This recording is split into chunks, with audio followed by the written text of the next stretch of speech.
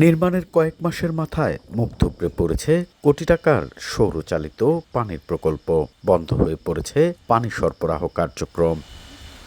বান্দরবান সদর উপজেলার চিম্বুক সড়কের দুর্গম এম্পুপাড়া এলাকায় পানি সংকট নিরসনে ২০২৪-২৫ অর্থবছরে লজিক প্রকল্পের আওতায় ৪টি বিদেশি সংস্থার অর্থায়নে নির্মাণ করা হয় সৌরচালিত ভূপৃষ্ঠস্থ পানি পরিশোধন প্লান্ট স্থাপন ও সরবরাহ ব্যবস্থা।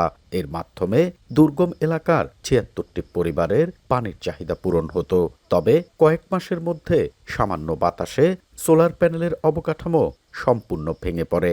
এতে পানি সরবরাহ কার্যক্রম বন্ধ হয়ে যাওয়ায় দুর্ভোগে পড়েছেন স্থানীয়রা।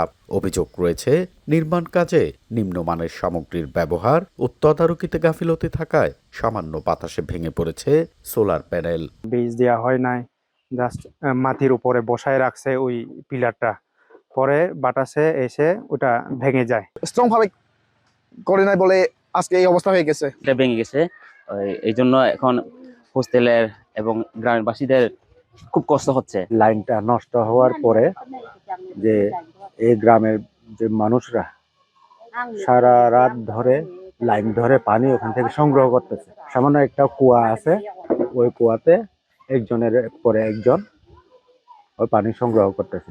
ভেঙে যাওয়া স্থাপনাটি দ্রুত মেরামত ও কাজে অনিয়মের সত্যতা পেলে ঠিকাদারি প্রতিষ্ঠানের বিরুদ্ধে ব্যবস্থা নেওয়ার কথা জানায় স্থানীয় সরকার প্রকৌশল অধিদপ্তরের এই কর্মকর্তা। সেটা তাকে ঠিক করে দিবে, এটা প্রথম শর্ত। এটা ঠিক করে দিতে হবে, কারণ এলাকাবাসী এটা অনেক দাবি, এটা অনেক পাবে।